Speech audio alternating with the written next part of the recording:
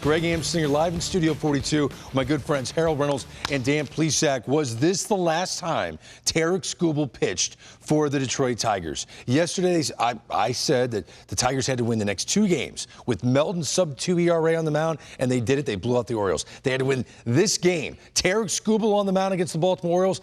Dan, they were up 7-0. They didn't do it. Yeah, and I think this was his 150th start for the Tigers. And I don't want to speculate, but if you want my opinion, I think this was his final start as a Tiger. That was career strikeout 1,000. Fastest to do so in Tigers history. They got a pretty great history. He was lights out. I mean, if this is your last image of Tarik Skubal wearing this uniform and you're a fan of this team, you saw a star pitch like one. In a season that has been so disappointing, right? They signed Framber Valdez. They bring back Justin Verlander. And I know a lot of Tiger fans are like, okay, this is going to be the year we're going to be relevant again. I understand why they left him in the game. You're right? 7-0. Okay. He gave up a run. Now he needs some help from the bullpen. But hold on. After Skubal leaves the game, the Tigers' bullpen allows 6 more runs in the next 2 innings. Unbelievable. And I can tell you, having been a part of some of those kind of meltdowns, nobody on that field feels worse than those relievers because they knew that this was potentially his final start. Yoel Pozo, the former Cardinal catcher, at the plate in the 11th. That's deep enough to get a run home. Orioles take the lead. Wow. Wow. Next batter, Jackson Holliday. Knock. 9-7 Baltimore. Unbelievable. That's unanswered. But the Tigers did fight back. Spencer Torkelson. How about this? 2-run bomb ties In the things at 11th. 9 in the 11th inning. I mean, Torque. Their deadline pulse is like on the line right now. Are they going to be buyers? Are they going to be sellers? Colton Cowser. This ground ball squeaks through. Fought it off. Wow. And if this was the last start of Tarik Skubal in a Tigers uniform, what a disappointing way to go out. Come out of the game up 7-1. Very disappointing. They're 4 games out of the 3rd and final AL wildcard spot, but many believe that was it for Tarik Skubal in Detroit. Let's hear from his manager, A.J. Hinch. Yeah, so I thought Tarik had, he had to pitch with a lot on his plate. That's very obvious. If this was the last outing for Tarik Skubal as a Tiger, is that in your head at all, that thought? Not that it affected the game, but... I just can't, I'll stop you right there. I just can't think in hypotheticals. I really can't.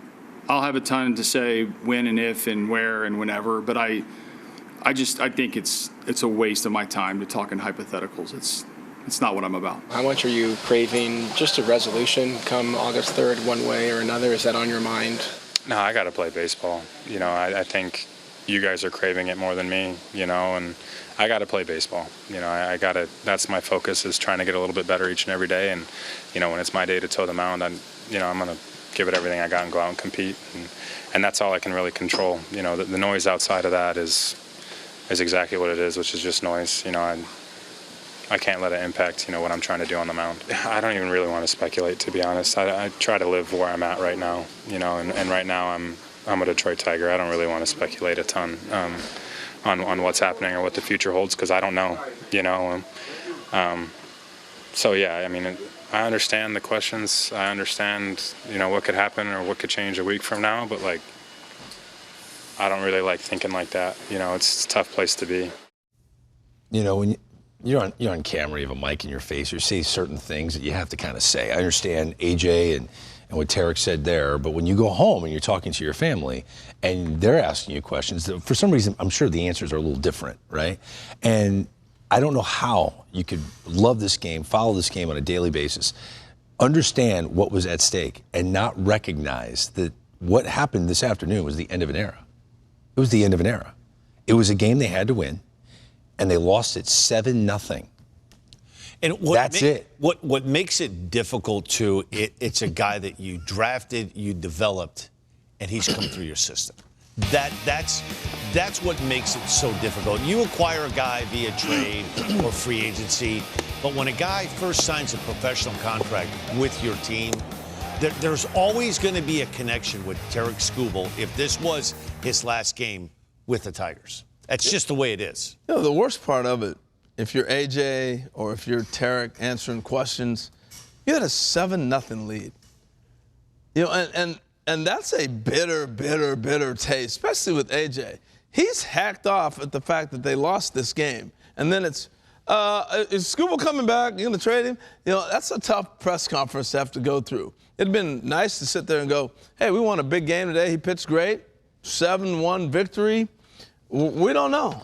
I think his answer might have been different. I think his tenor might have been different.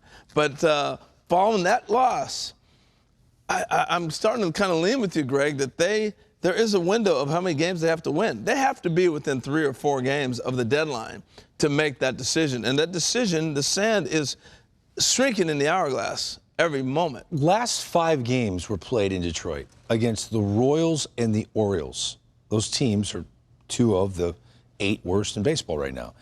And they lost 4 out of 5 games when the games matter the most. Their season was like all depending on playing well in those 5 games at home. They lost 4 out of 5. The writing's on the wall. And it's not just Tarik Skubal. That's the thing, that a loss like this impacts all of the faces you're looking at right now, okay? 100%. Skubal is just the first domino. Then it's Casey Mize. Then it's Gleyber Torres, who was removed from this game. And we don't know why he was removed from the game. A growing injury, apparently, a growing discomfort. Kenley Jansen, the closer. Kyle Finnegan, who got roughed up but has had a good year. I mean, once Skubal goes, the other dominoes are going to follow. And I think Casey Mize is going to garner a lot of attention. He spent a little time on the IL. He's come back. He's throwing the ball well, front of the rotation guy. There are a lot of teams going to kick the tires on Casey Mize. So here's one for you guys. The Tigers have been in the playoffs the last 2 years, right? And so you're the general manager. When you took over the Tigers, they weren't roaring. They didn't have this roar like they have now. I don't think they have it right now, bro. So hold on. He's been in the playoffs 2 years in a row. And they're looking at, if they get within 3 or 4 games, they got a chance of getting the postseason and make a run in, I'm saying from his mindset. That's what he's got to figure out. So they may not trade any of those guys if they feel like they're knocking on that door. Yeah, 4 games out right now.